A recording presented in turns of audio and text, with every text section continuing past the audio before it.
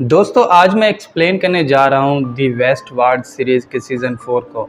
तो explanation start करने से पहले मेरी आप सबसे रिक्वेस्ट है कि आप सब फ़ौरन इस वीडियो को लाइक और चैनल को सब्सक्राइब कर दें और साथ साथ बेल नोटिफिकेशन को भी ऑन कर दें, क्योंकि जितना ज़्यादा आप सब मुझे सपोर्ट करेंगे उतना ज़्यादा मैं मोटिवेट होऊंगा और आप सब के लिए अच्छी अच्छी सीरीज़ को एक्सप्लेन करता रहूँगा। सीज़न 4 वहीं पे स्टार्ट होता है जहाँ पे सीज़न 3 एंड हुआ था। यानी बाईलोंग और बाकी सब मॉन्स्टर्स के साथ फाइट करने लगते हैं और एक एक करके उन्हें मारने लगते हैं।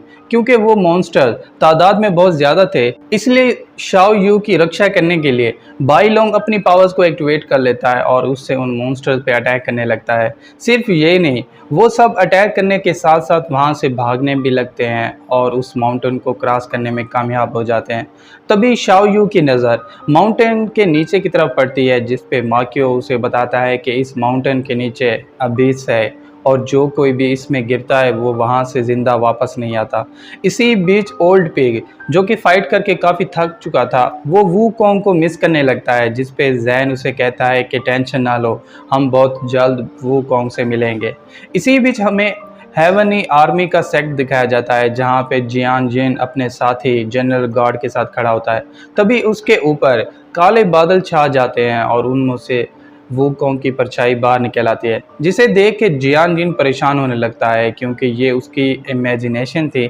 इसलिए जनरल गार्ड उसे कहता है कि मैंने उसे अपने हाथों से मारा है और वो कभी भी रीजनरेट नहीं होगा, और अगर फिर भी किसी तरह से वो वापस लौट आया तो उसे दोबारा मारने में मैं ज़रा सी भी देर नहीं करूँगा।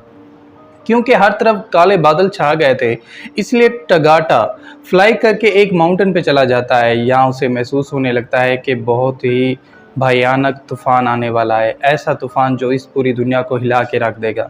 इसलिए ये महसूस करके तगाता अपनी ट्रेजर व्हील की पावर को एक्टिवेट कर लेता है, जिस पे उसे पता चलता है कि हुआ गोशान माउंटेन में एक मॉन्स्टर पैदा हुआ है जो इस सब का जिम्मेदार है। इसी बीच हमें हुआ गोशन माउंटेन दिखाई जाती है जहाँ पे कुछ मंकीज एक मंकी को टॉर्चर कर रहे होते हैं। असल में वो मंकी उनके खिलाफ रिबेल कर रहा था, यानी मंकी किंग वूकोंग की डेथ के बाद वाइट बेयर्ड हुआकोंग माउंटेन पे कब्जा कर लिया था, इसलिए वो उसे किंग मानने से इनकार कर रहा था और इसी वजह से वो सब उसे टॉर्चर कर रहे थे। तभी वाइट बियर भी वहाँ आ जाता है और आते ही कहता है कि अब से हुआ गोशन माउंटेन का किंग सिर्फ मैं हूँ और जो भी मेरी बात नहीं मानेगा मैं उसकी जान ले लूँगा। तभी वाइट बियर्ड के साथी एक बच्चे को पकड़ के वहाँ ले आते हैं, जिस पे वाइट बियर्ड वूकोंग के साथी को उस बच्चे को खाने का कहता है ताकि वो उसे भी अपनी तरह डार्क सोल बना सके। मगर वो मंकी, जो कि वूकोंग का वफादार था, इसलिए वो ऐसा करने से इनकार कर देता है और उनके साथ फाइट करने लगता है। मगर ये देख के वाइट बियर गुस्सा हो जाता है और उसे टॉर्चर करने लगता है। वो बार बार उसे कहने लगता है कि इस बच्चे को खा जाओ और मेरी तरह डार्क सोल बन जाओ, लेकिन वो मंकी, जिसे वूकोंग ने कहा था कि कभी भी किसी इनोसेंट पर्सन पे जुल्म ना करना, वो वाइट बियर्ड की बात मानने से इनकार कर देता है और कहता है कि मैं मर जाऊंगा लेकिन अपने किंग वूकोंग के साथ गद्दारी नहीं करूंगा। ये देख के वाइट बियर गुस्सा हो जाता है और उस पर अटैक करने लगता है और उसका गला घोट के उसकी जान लेने लगता है। तभी वहाँ पे एनर्जी का बहुत बड़ा ब्लास्ट होता है, जिससे वो ज़मीन फटने लगती है और उसमें से एक पत्थर बाहर निकल के बाहर आ जाता है। सिर्फ यही नहीं, उस पत्थर के बाहर निकलने से एक बहुत बड़ा ब्लास्ट होता है, जिससे हुआ गोशान माउंटेन में एक बहुत बड़ा होल बन जाता है। क्योंकि वो पत्थर ज़मीन से निकल के आया था, इसलिए वाइट बियर्ड अपने साथी को कह के उसे चेक करने का कहता है, जिस पे अपने लीडर की बात सुन के एक मंकी उस पत्थर को चेक करने लगता है। अब जैसे ही वो मंकी उस पत्थर को चेक करता है तो उसे यकीन हो जाता है कि ये एक आम पत्थर है जो लावा के फटने से बाहर निकल आया है। उस मंकी की बात सुनते ही वाइट बियर्ड और बाकी सब हंसने लगते हैं। तभी उस पत्थर में से एक बंदा उस मंकी को पंच मार देता है, जिससे वो मंकी दूर जा गिरता है। तभी वो पत्थर हवा में उड़ने लगता है और उसमें से एनर्जी बाहर निकलने लगती है, जिससे एक बहुत बड़ा ब्लास्ट होता है और उसमें से मंकी किंग यानी वूकोंग बाहर आ जाता है। क्योंकि वूकोंग दोबारा रिबॉर्न हुआ था, इसलिए उसे कुछ भी याद नहीं होता, इवन वो अपना नाम भी भूल चुका था।